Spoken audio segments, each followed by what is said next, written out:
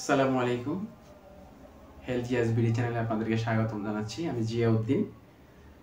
আজকে খুবই গুরুত্বপূর্ণ একটা মেডিসিন নিয়ে কথা বলবো। তো মেডিসিন নিয়ে কথা বলার আগে একটু বলে নিই যে আমরা ওষুধ খাই প্রয়োজনে বা অপ্রয়োজনে খেয়ে থাকি। তো আমরা যদি একটা ওষুধের ক্রিয়া প্রতিক্রিয়া, পার্শ্ব প্রতিক্রিয়া এবং সতর্কতা যদি অবলম্বন না করি, যে কোনো ওষুধ যদি আমরা খেয়ে ফেলি, তাহলে আমাদের যে কোনো সমস্যার সম্মুখীন কিন্তু আমরা হতে পারি। তাই আমাদের অবশ্যই সাবধানতা অবলম্বন করে যে কোনো ওষুধ সেবন করা উচিত এবং যে কোনো ওষুধ সেবনের পূর্বে আমাদেরকে অবশ্যই প্রাথমিক ধারণা রাখা উচিত। Safety is very important. So আমাদেরকে অবশ্যই সেফটি মেনে ওষুধ সেবন করতে হবে। তো আর কথা বাড়াবো না। যারা আমার চ্যানেলে নতুন আছেন তারা অবশ্যই অনুরোধ থাকবে সাবস্ক্রাইব করে পাশে থাকবেন। তো আজকে যে ওষুধটা নিয়ে কথা বলবো সেটা হচ্ছে যে ফ্যাক্সো। তো ফ্যাক্সো এটা ট্যাবলেট আকারে পাওয়া যায় এবং সিরাপ আকারে পাওয়া যায়। সাধারণত ট্যাবলেট 60 mg, 120 mg, 180 mg-তে পাওয়া যায় এবং সিরাপও পাওয়া যায়। তো এটা বাংলাদেশের একটা স্বনামধন্য কোম্পানি স্কয়ার ফার্মাসিউটিক্যালসের একটা ওষুধ। তো এটার উপাদান হচ্ছে যে ফেক্সোফেনাডিন হাইড্রোক্লোরাইড। সো এটা কেন খাবেন, এটা কেন ব্যবহার করা হয় সেটা নিয়ে বিস্তারিত বলবো।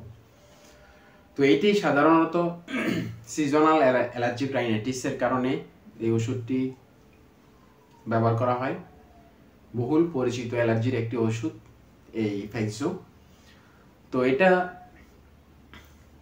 ব্র্যান্ড নেম বিভিন্ন নামে পাওয়া যায় আমাদের দেশে সাধারণত, যেমন অ্যালানিল, এটা একমি ফার্মাসিউটিক্যালসের একটা প্রোডাক্টস। এক্সোডিন, এটা ভ্যাক্সিমকো ফার্মাসিউটিক্যালসের একটা প্রোডাক্টস। এবং ফ্যাক্স ইনসেপ্টা এবং ফ্যাক্সো ফাস্ট, ড্রাগ ফার্মাসিউটিক্যালসের একটা প্রোডাক্টস। বিভিন্ন নামে এটা পাওয়া যায়। তো এটা সাধারণত যেটা সবচেয়ে বেশি কাজ করে ওষুধের, এটা হচ্ছে যে অ্যালার্জিক সমস্যা এবং ঋতুজনিত অ্যালার্জিক সমস্যাতেও এটা খুব গুরুত্বপূর্ণ ভূমিকা পালন করে।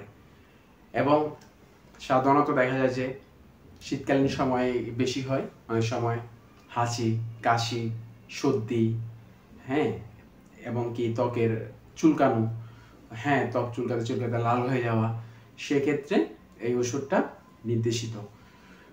তো এটা আসলে কিভাবে কাজ করে? এটা অ্যান্টি হিস্টামিন জাতীয় একটা ওষুধ। এটা হিস্টামিনের যে ক্রিয়া এটাকে বন্ধ করে। তো এটা সাধারণত যদি এই ধরনের সমস্যা হয়ে থাকে, অ্যালার্জিক সমস্যা, তো সাধারণত এটা কিন্তু সাথে সাথে কাজ করে না। এটা খাওয়ার কমপক্ষে 6 ঘন্টা পরে এটার অ্যাবজর্পশন এটা শুরু হয়, অর্থাৎ 6 ঘন্টা পর থেকে এটার কাজ শুরু হয়। তো এটা কিসের সাথে এটা খাওয়া যাবে না?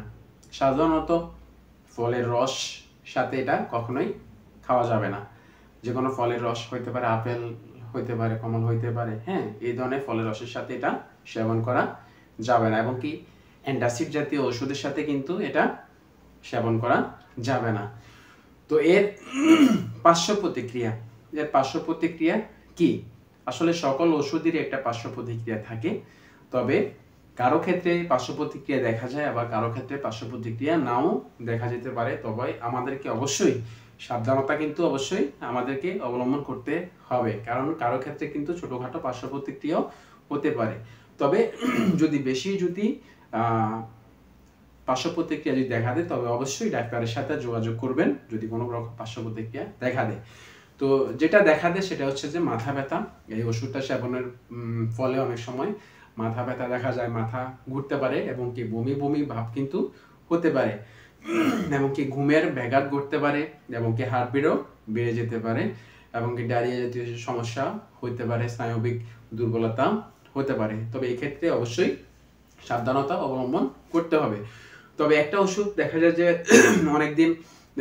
অনেক বয়স্ক যারা আছেন তারা দেখা যায় যে অনেকদিন লং টাইম ধরে ওষুধটা সেবন করে আসছেন।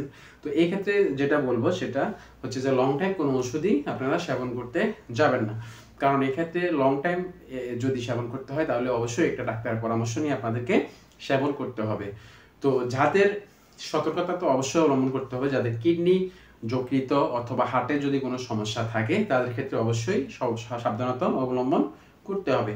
এবং কি গর্ভাবস্থায় এবং স্তন্যদানকালে এটার ব্যবহার সম্পর্কে যদি বলি, সেটা হচ্ছে যে এটা ক্যাটাগরি সি, অর্থাৎ গর্ভাবস্থায় ফেক্সোফেনাডিনের এটা আসলে নিরাপদ কিনা ব্যবহার সেটা সম্বন্ধে কিন্তু নিশ্চিত এটা এখনো জানা যায়নি। তবে গর্ভাবস্থায় ব্যবহারের ক্ষেত্রে প্রয়োজনীয়তা সঠিকভাবে পর্যালোচনা করা অবশ্যই প্রয়োজন। তবে এটি দুধের সাথে এটা নিশ্চিত হয়, তাই এই ফেক্সোফেনাডিন সেবনের ফলে অবশ্যই যারা বাচ্চাদের দুধ খাওয়ান তারা কিন্তু অবশ্যই সাবধানতা অবলম্বন করতে হবে, এবং কি একটা ডাক্তারের পরামর্শ নিয়ে আপনারা এটা সেবন করতে পারেন। তবে ডোজ এটা কিভাবে খাবেন, তো এটা সাধারণত খালি পেটে খাওয়াই উত্তম, যেমন খাওয়ার 1 ঘন্টা আগে বা খাওয়ার 1 ঘন্টা পরে এটা আপনারা সেবন করতে পারেন। তবে দিনে সাধারণত 1 থেকে 2টি ট্যাবলেট সেবন করা যায়, যেমন সকালে 1টি, রাতে 1টি। কোনো কারণে যদি আপনারা সকালে 1টি ওষুধ যদি মিস করে ফেলেন কোনো সমস্যা নেই, আপনারা রাতেরটা আপনারা খেয়ে নিতে পারেন। তবে এটা যারা সিরাপ আকারে পাওয়া যায়, সাসপেনশন আকারে সিরাপ আকারে পাওয়া যায় এবং ট্যাবলেট আকারে পাওয়া যায়।